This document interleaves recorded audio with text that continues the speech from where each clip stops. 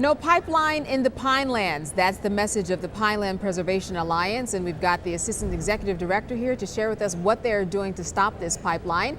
Hello and welcome to Comcast Newsmakers. I'm Candace Kelly and I am on the floor of the Atlantic City Convention Center. It is the 98th New Jersey State League of Municipalities Conference, and I'm joined by Jaclyn Rhoads with the Pinelands Preservation Alliance. Thank you so much for being with us today. Thanks for having me. So first of all, let's talk about this pipeline and what it's supposed to do.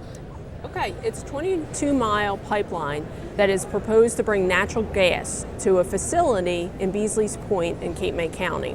The plant itself was coal operated and it was forced to shut down its operation. They have proposed to retrofit the operation to provide natural gas instead of the coal. So this causes a lot of problems. Let's talk about one of the main problems, first of all, and that the United Nations has reserved this. It's called a biosphere reserve in terms of different places in the world that, because of their particular attributes, should be reserved. What does that mean in all of this, though? We're talking about unique regions throughout the world. So the Pinelands, which was designated a national reserve both by the federal government and the state government of New Jersey, was also recognized by the United Nations Environment Program as a place of ecological significance. So we're talking about rare plants and animals that may only exist in the Pinelands and nowhere else in the world. So it represents this unique ecology that represents a last strongholds of places where these species exist.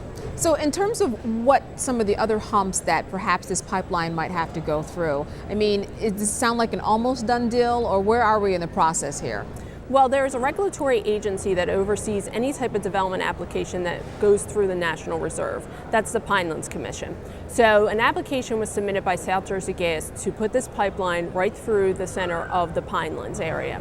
They have reviewed the application and has received several committee hearings by the Pinelands Commission. It hasn't been a done deal yet, and the Pinelands Commission has a board of 15 commissioners that get to vote on this. So it is up to them to approve it or not approve it, and that still hasn't been decided yet. So obviously you are rallying around making sure that this does not happen. If there are people who are out there who want to get involved in the process to preserve the Pinelands, what can they do to help? Many things they can do. The meetings themselves are open to the public.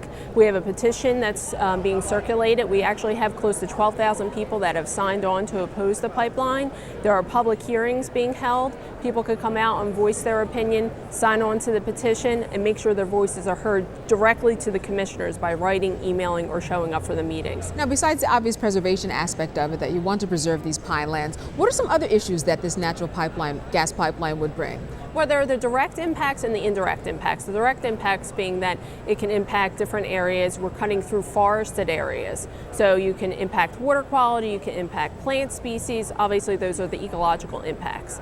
The indirect impacts are really come through the regulations. The Pinelands Commission is the stronghold. They're the ones saying, development can occur here, development can't occur here, and they're protecting the integrity of the entire Pinelands region. So it's with those regulations that you have to make sure you don't sway and allow development to come through that typically would not be allowed, because then you're setting a poor precedent and could set the pace for future development. Now, at the end of the day, your organization says that there is an alternative route anyway if the pipeline wants to come in. What is that? Well, South Jersey Gas identified several alternatives that they presented to the Commission. What they're suggesting is this pipeline seems to be the easiest or most effective way for them to get the gas to the plant. From what we can tell, they could come in from a northern route through Atlantic County, avoid the Pinelands entirely, and follow all the rules and regulations they need to make this happen. Wow, I learned a lot about the Pinelands. I thank you so much for being with us, and perhaps if anybody wants to join in your cause and they see you, they will do so. Thank you so much for being with us. Yes, we encourage it. Thank you very much. Absolutely. I'm Candace Kelly for Comcast Newsmakers. Thanks so much for watching.